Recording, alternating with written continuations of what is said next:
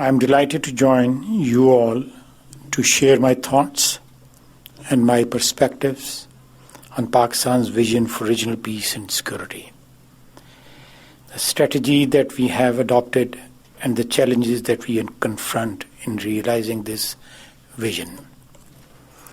I will keep my remarks short so that we have more time for questions. Ladies and gentlemen, undoubtedly, we are living through extraordinary times. Today, violent extremism, anti-globalization sentiment and xenophobia is on the rise. Tolerance, pluralism, mutual trust, and respect between states and community, and even individuals, is on the decline.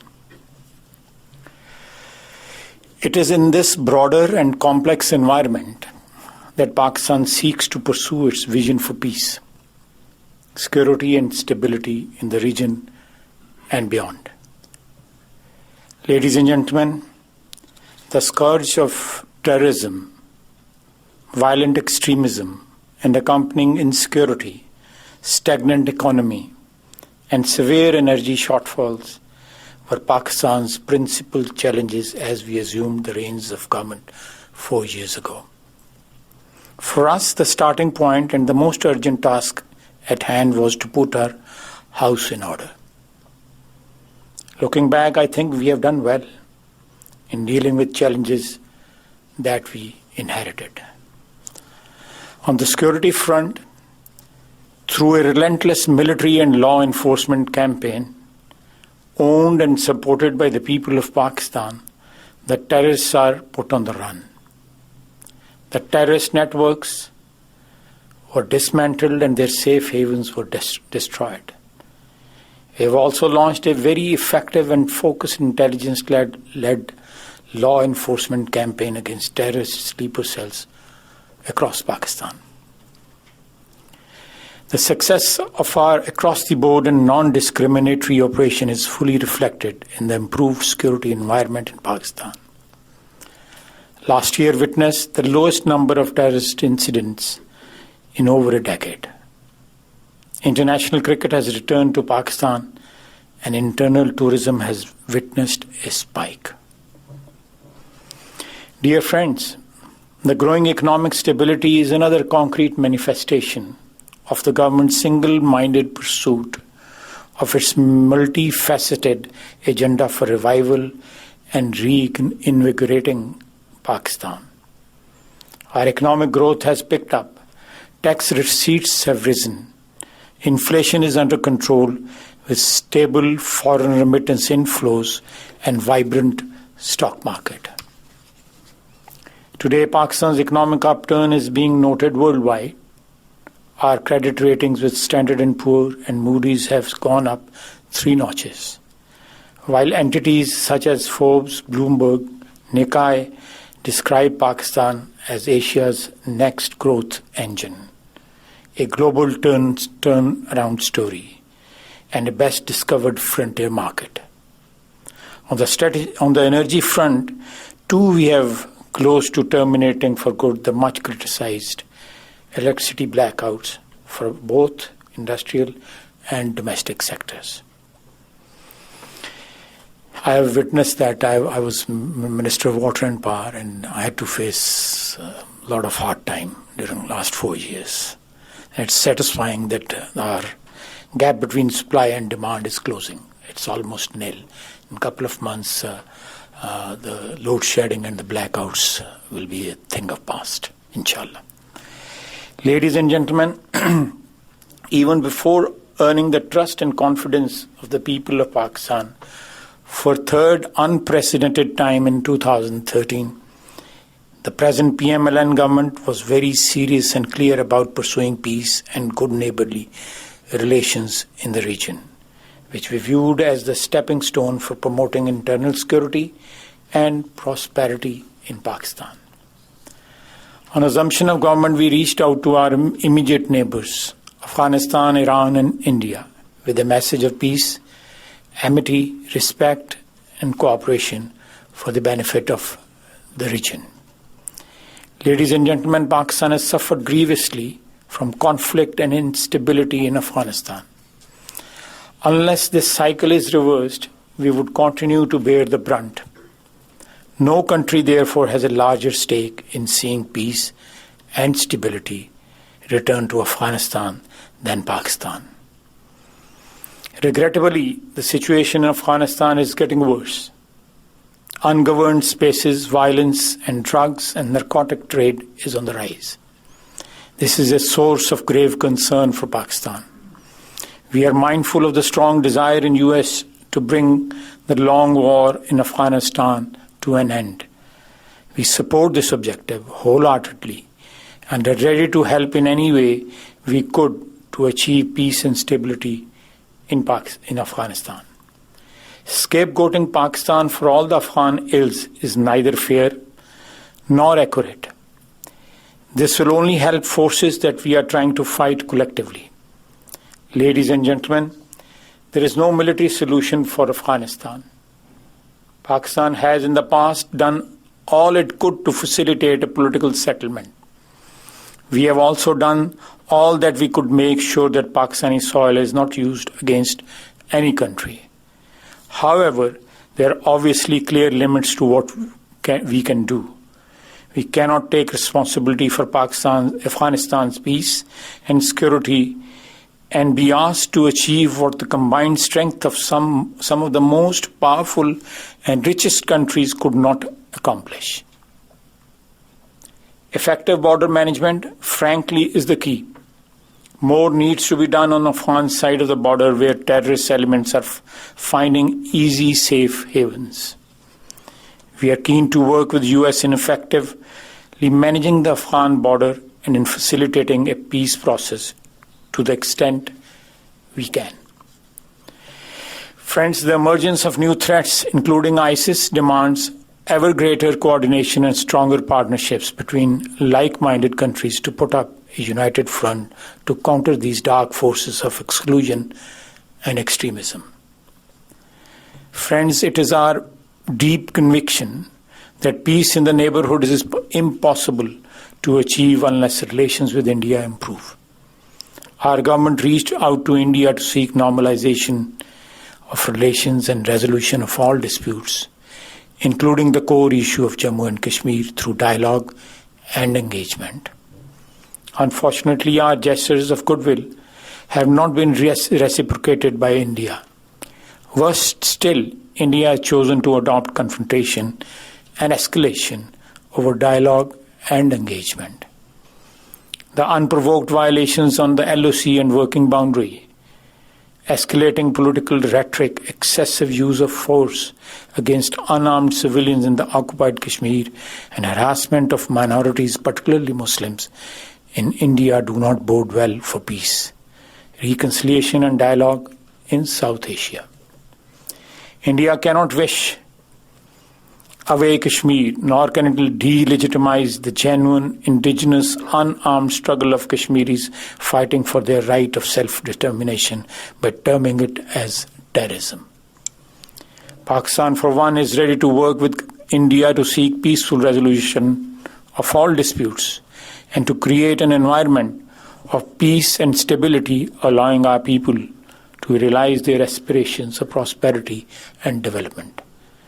Ladies and gentlemen, one of the key pillars of government's foreign policy is to support and encourage greater regional integration and connectivity.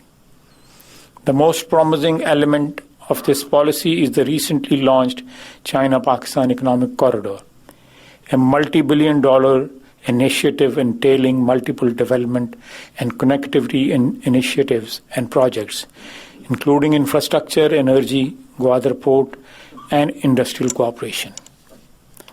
There are other regional economic projects that remain on our agenda. These include TAPI, Turkmenistan, Afghanistan, Pakistan, India gas pipeline, and CASA, which is a Central Asian energy connectivity project funded by the World Bank, an improved trading partnership between Pakistan, Afghanistan, and Tajikistan. Ladies and gentlemen, within this scheme of things, the US remains our critical partner and there are strong and enduring bases for this partnership to continue in the future. Both Pakistan and the US have strong convergences in fighting terrorism and working together to stop the spread of violent extremism espoused by ISIL. Similarly, peace and stability in Afghanistan is in our mutual interest, and the benefits accruing from a stable and secure region benefit the US as much as it benefits us. In our view, Pakistan and the US have always benefited when they work together. We are grateful for the US support to Pakistan in a broad range of areas. For many years, the US has been supportive of building Pakistan's capacity and helping us overcome our challenges. The US helped us deal with our electricity shortages, and US aid is supporting one of the largest Fulbright scholarship programs for Pakistan, especially for women. The US assistance in building infrastructure in remote areas such as FATA will leave an enduring impact in stimulating economic development in an area that had been infested with extremist ideology for decades. We wish to express our gratitude to the US and to American people for their support. Our large, active and vibrant diaspora in US continue to be a very important bridge between our two countries. For the future, we hope that people-to-people exchanges would become the centerpiece of our relationship with trade, investment, education, and research as its driving links. While recognizing that US assistance has been beneficial in supplementing our own efforts for economic development, we wish our long-term partnership to be anchored on trade instead of aid. A close and enduring partnership between Pakistan and US is, we believe, a strategic imperative for achieving lasting peace and stability in the region and beyond. This is what we are working to secure with our friends and partners in US. I thank you. Thank you.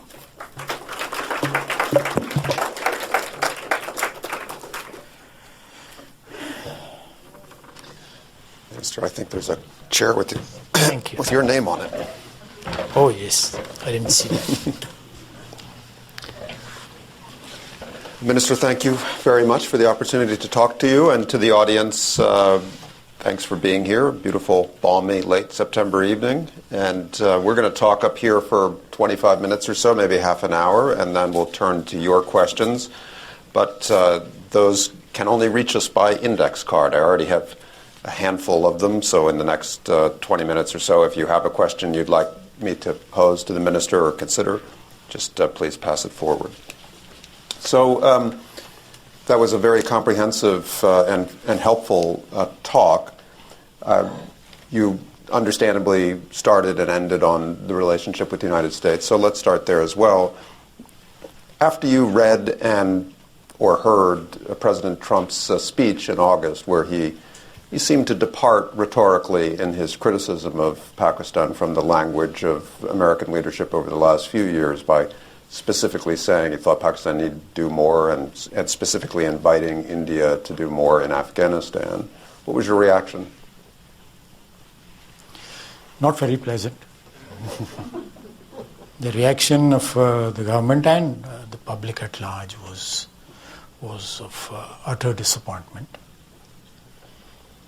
Though not shocking, it was not unexpected, but it was unpleasant. If you allow me to retrace our relationship over many decades, I think in the 60s and then in the 80s and then in the last decade, Pakistan has stood very firmly with US during the war against the Soviet Union in Afghanistan, which I personally believe was a wrong decision. A wrong decision? A wrong decision. It was a proxy war. We were used and discarded. In the 60s, we were in your camp, and the early 70s. If I remember correctly, I was very young at that time. the sanctions were imposed on us. Then again in early 90s, sanctions were imposed on us, the Pressler Amendment and all that. So despite all that, despite the heartbreaks, we still stood with you. But this time, coming out of Fort Myer, it wasn't very, not surprising, but disappointing and unpleasant. There was a reaction from the public opinion. And some of the things which were said were patently wrong, like the money, the billions of dollars which you have dished out to us. No billions of dollars have been dished out to us. That was money which was reimbursed for the services we rendered to the United States of America and its allies. Now that I don't want to go into detail. I'm here to mend fences. I could tell. Not bring down the fences, So I should talk like a diplomat. Yes, well, you did. Only yesterday I was defense minister. So I'm trying to depart from the behavior of a defense minister to the behavior of a diplomat. Mm-hmm. So pardon Tom said my outspokenness. So I'll try to mellow it down a bit. But we have the main. When I was growing up, Pakistan was part of CETO and CENTO, and USAID was there at almost every corner of our national life, and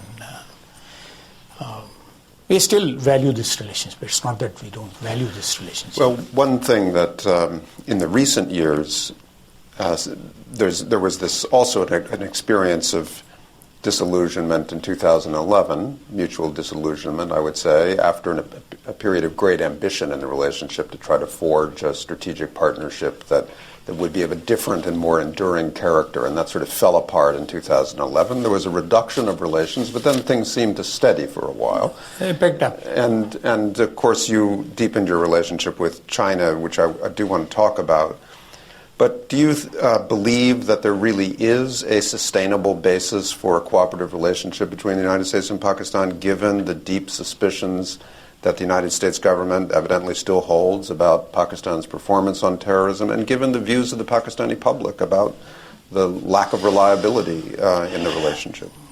I think there is still a very sound basis for that. We can have a very stable relationship and mutually respectable relationship. But what has recently happened over the last few years, and especially last month, is I'll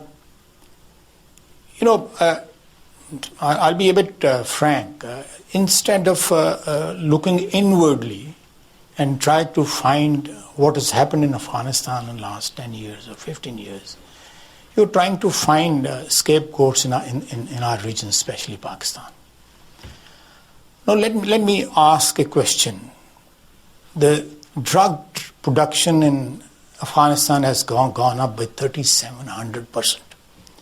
The volume is $120 billion. Are we responsible for that? Daesh is there in 3 provinces. Proven presence. Are we responsible for that? 40% of territory has been lost to Taliban in the last 15 years. Are we responsible for that? Abdullah and President Ashraf Ghani, they are fighting with each other. I don't want to narrate the extent of their fight, because that will be undiplomatic. Are we responsible for that? More than 100,000 American troops were there. Over $1 trillion have been pumped into that economy. The corruption, the Taliban selling their weapons, Afghan soldiers selling their weapons in open market, in open auction to the Taliban. Are we responsible for that? No, these things are never spoken or said in the media over here. But these things are happening every day in Afghanistan. So, Minister, I think that's a very fair line of argument. I really do. The rejoinder to it, of course, would be Pakistan is responsible for what happens on Pakistani soil, and the criticism of the record on containing listed terrorists, individuals, groups, and the Afghan Taliban, which has access to Karachi and quite a is in the news also regularly from Pakistan, with Hafiz Saeed starting a political party and preaching in the open and so forth. So do you really think that the United States should accept that your efforts to defund, delegitimize these groups on Pakistani soil are the best you could possibly do? No, I agree. We should continue our efforts in defending or dismantling whatever remnants are there of the extremism or terrorism in Pakistan. I don't disagree with that. You have mentioned a name. It's a proscribed organization. The gentleman is in under house arrest. But I agree with you that on that score, on that account, we have to do more. We have to do more. There are people in Pakistan who can be a liability in times of crisis for Pakistan and for the region. I agree with you. I don't disagree with that. But having said that, you must give us some allowance for what is happening within our borders. We have been, left with this legacy or this. Actually, a Punjabi word is coming to my mind, so I'm trying to find it. Go ahead, use it. Trying to translate that,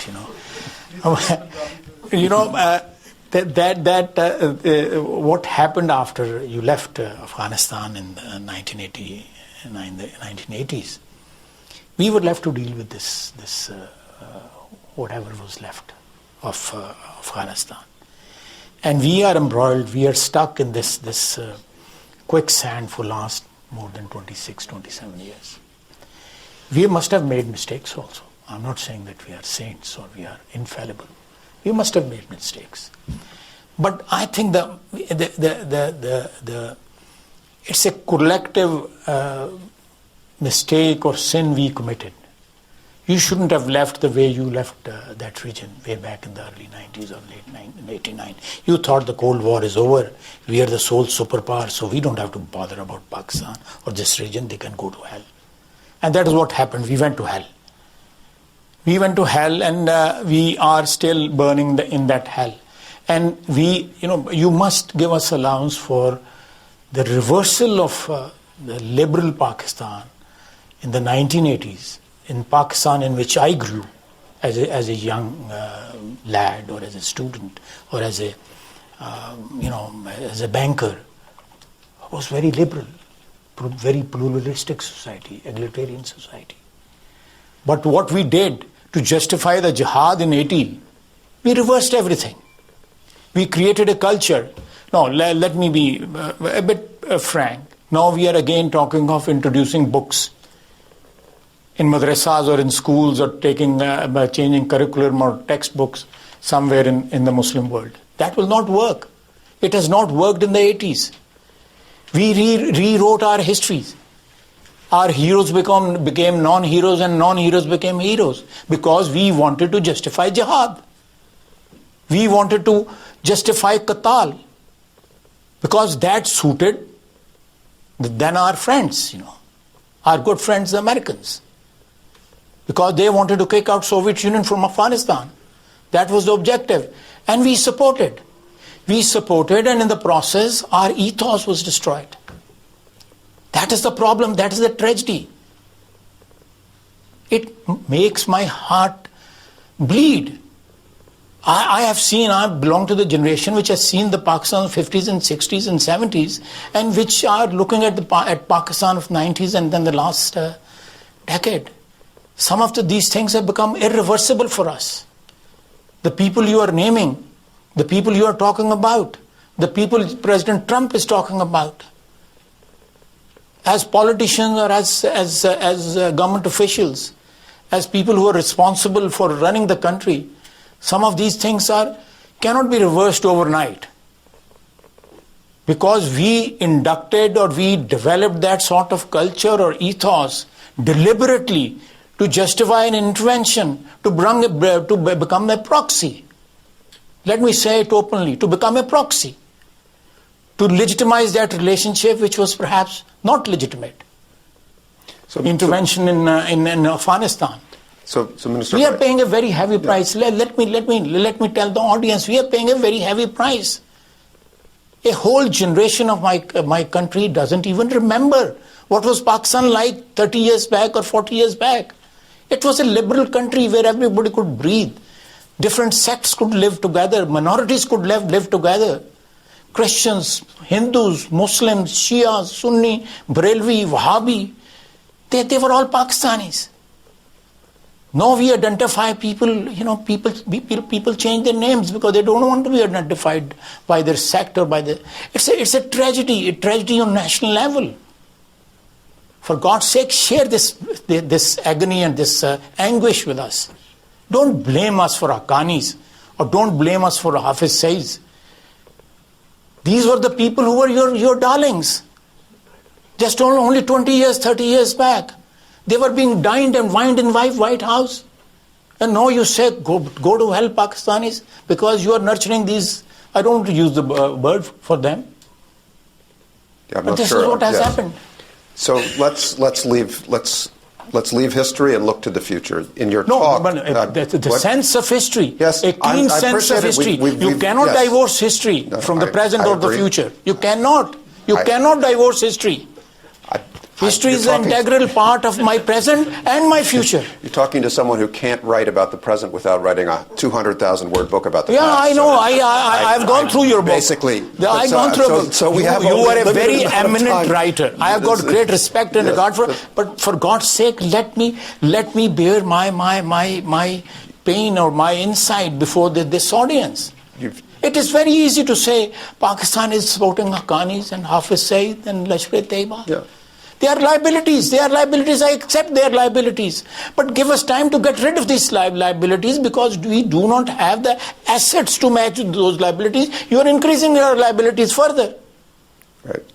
So the reason I wanted to make a turn was because one way to help you have the time and the space to manage the problem in the way that you're arguing for would be to achieve stability, a reduction of violence, a political settlement in Afghanistan. And in your talk, you referred to the imperative of searching again for that settlement.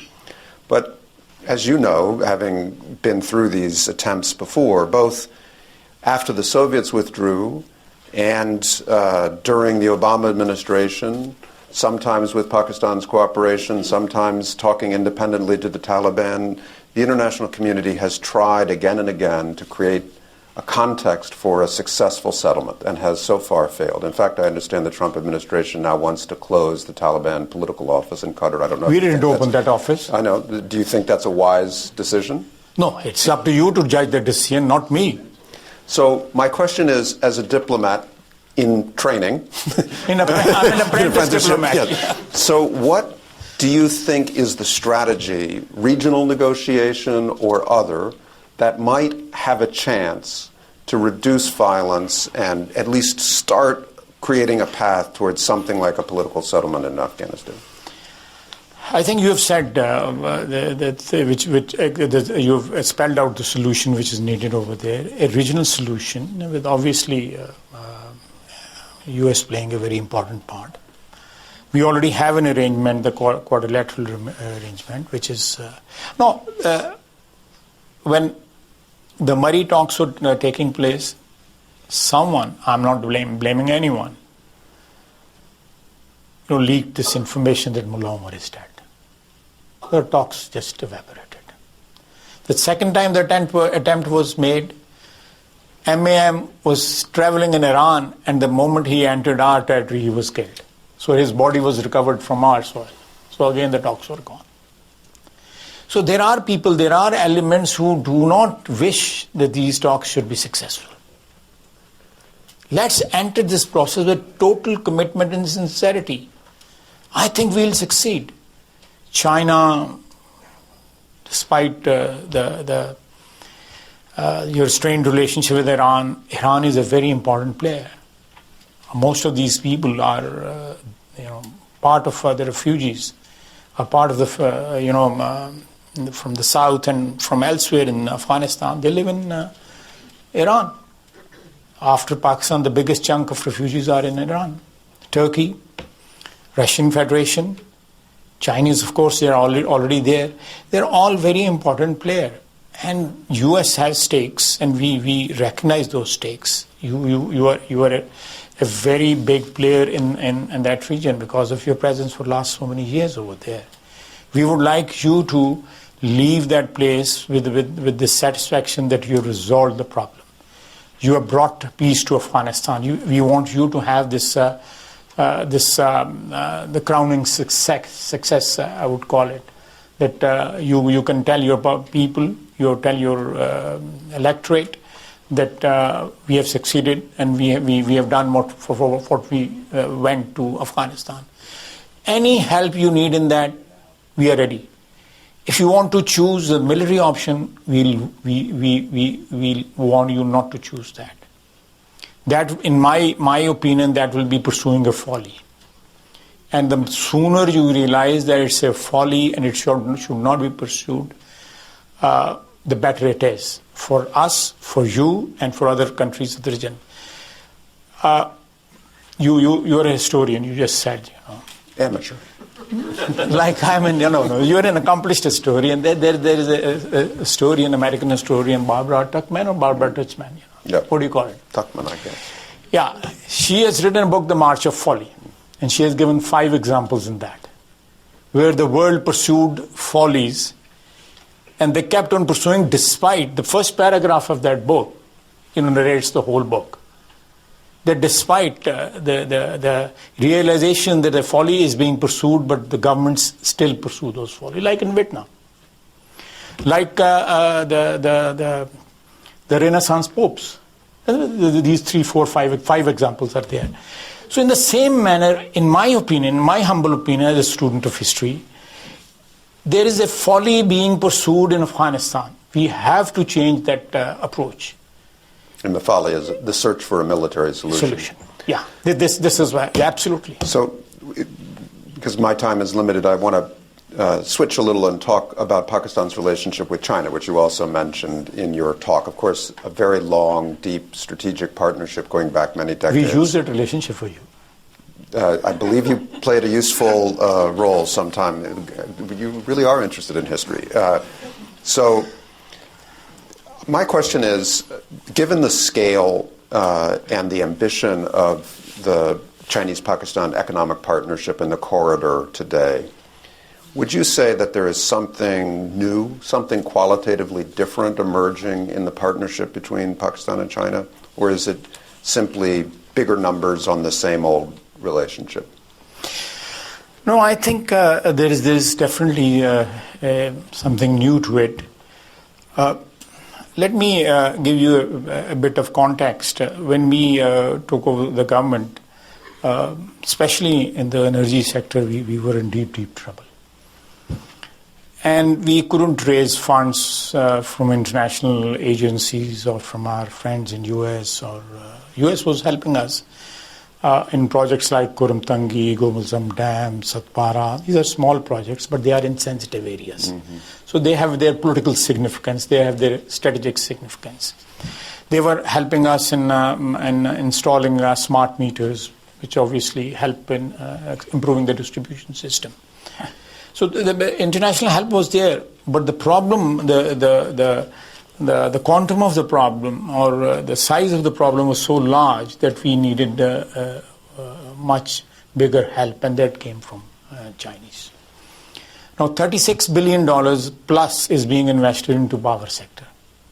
Then about $8 to $9 billion are being invested in railway. The rest of the money is going to Gwadar port or the road infrastructure. I think after the completion of CPAC, and if the other countries are integrated to this network or to this corridor, there will be a quantum jump in development of this whole region. The connectivity will take place, and trade will develop, commercial relations will improve. And once there is trade and commercial relationships, the tensions will go down automatically, because then the money will be involved. And when there is money involved, when there is money to make, when there is profit to make, obviously the other part, the strategic part, or the animosities, they go down because people have vested interest, and then public has vested interest. Then the groups which are making money out of it, the business, big business is making money. So there is a lot of pressure. I think it will ultimately bring the tensions of the region down. Tensions between Pakistan and Afghanistan, tensions between Iran and other countries, tension between us and India, tension between China and India. So I think if you look at the trade volume of this region, it's the lowest in any region in the world. Lowest. The figures are shameful. $1 million, $5 million, $8 million. This sort of. Now, this is something I think this is definitely a qualitative improvement on our relationship, which we previously held with the Chinese. Chinese have been very reliable friends, but I'm not comparing our relationship with the relationship we have with Chinese. They are not at your cost, or our relationship with you is not at their cost. It's not personal. So, I'm just trying to explain. I'm just trying to explain. And we have in last 5-6 years we have achieved substantial improvement in our relationship with the Russian Federation also. We are, after the Americans stopped selling us armaments, we are buying armaments from there. The helicopters which we are using, or we are about to use in CT effort, those are Russian helicopters which we'll be using. And despite the war which was being waged against terrorists on our soil, we were not allowed to buy F-16, old F-16s from Jordan. So I think a lot of unfairness, but do you think I'm your guest and you're my host? Let's not talk about but in the wider picture of great power jockeying, you mentioned China, Russia, the United States in the same paragraph there. Are we, in your opinion, in what Fareed Zakaria called a post-American world? Is part of your calculation that the United States is in retreat? Fareed Zakaria is a very eminent scholar. I'm just a nobody, an apprentice diplomat, nothing else, and a political worker. But let me, there will be one day a post-American scenario, one day. And, civilizations are like human beings. They have their youth, they have their middle age, and then they're all like seasons. They have spring, summer, and then autumn and winter. So all the big civilizations like Romans and Greeks and Arabs and Islamic, the Europeans, they have withered away ultimately. So, but there is no imminent danger to your civilization. Thank you. Let me assure you. Let me assure you, there is no imminent danger. You're there for a long time, and you'll survive. But you must, as I said, don't pursue follies. Well, we have a polarized society here in the United States, as you know, and certainly... That's a bad sign. Yes, but also rising bigotry and bias toward Muslim Americans, who constitute only 1% of our population, but who are now targets of hate crimes and various kinds of campaigns and misunderstandings. Muslims are facing that all over the world. Yeah, so when you look at the United States, I mean, the Pakistani diaspora here, you mentioned in your talk, is a very talented one, as you know, very well educated, very prosperous, but now caught up in this wave of anti-Muslim bigotry that we see in the U.S. How does that play back into Pakistan? Is it well understood? Is it in the news? Is it on the TV? Is it part of public discourse? It is not. We have too much of, trouble of your own. We have our local shows going on. The politics and what happened last couple of months, and even before that. But I must tell you, we are very broad-minded people. We are large-hearted people. A slight gesture of friendship from your side will make a huge difference. What is happening to Muslims in America, or what is happening to Muslims elsewhere in the developed world? This. Let me explain this. Just for half a minute or a minute. You know, there are flashpoints all over the world which mostly involve Muslims. Myanmar, Kashmir, Palestine, Iraq, Sham, Afghanistan, Libya. All these flashpoints are basically Muslims are there and they are oppressed. You are a large power with large resources, with a large heart, you know. You've spent trillions of dollars in these areas on destructive activity. War is a destructive activity, whether it's waged for a good cause or a bad cause, you know. I'll not go into that moral debate. But if you had pumped 1/5 of that into like Afghanistan or other areas of Middle East, I think the dividends as goodwill from Muslims in my region, in Middle East, in North Africa, in Far East, would have been much, much bigger. Much, much bigger. You can't even imagine. People will kiss you, you know, your hands, your forehead. They do that in Saudi Arabia still. Yeah. But you know, I personally think, I don't know. I don't want to go into that argument.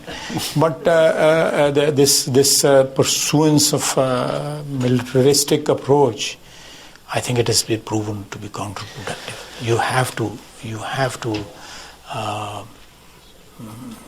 tinker it in a way where it has more political substance in it than the military substance. You know. So I have this time. is how I feel. Yeah. I have time for maybe 2 more questions before I go to the index card. So if there are new ones that someone wants to bring forward.